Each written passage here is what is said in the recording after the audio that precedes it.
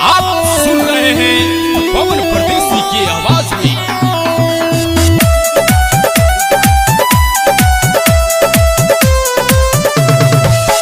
क्या प्यार करके हमसे तुम भुला दोगी क्या?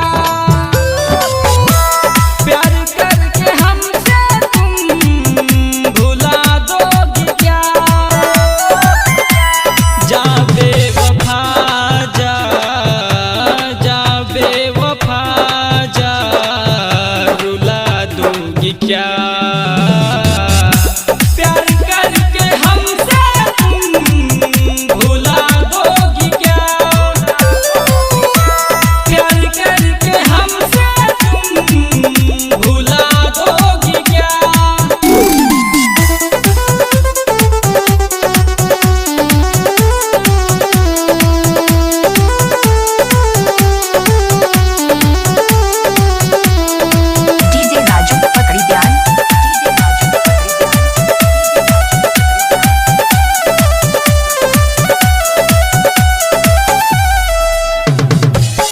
जान से भी ज्यादा तुमसे प्यार किया था,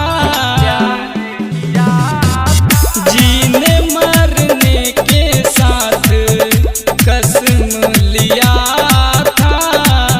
जान से भी ज्यादा तुमसे प्यार किया था, दिल के अरमानों को, दिल के जला दोगी क्या? जा बेवफा जा, भुला दोगी क्या? जा बेवफा जा, भुला दोगी क्या?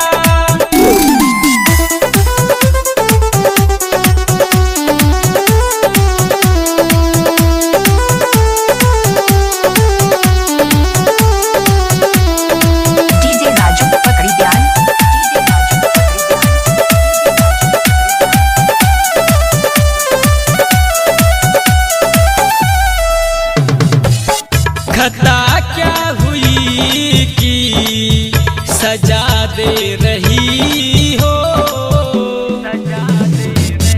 दूसरे के साथ जाके मजा ले रही हो। खता क्या हुई कि सजा दे रही हो, जहर खिला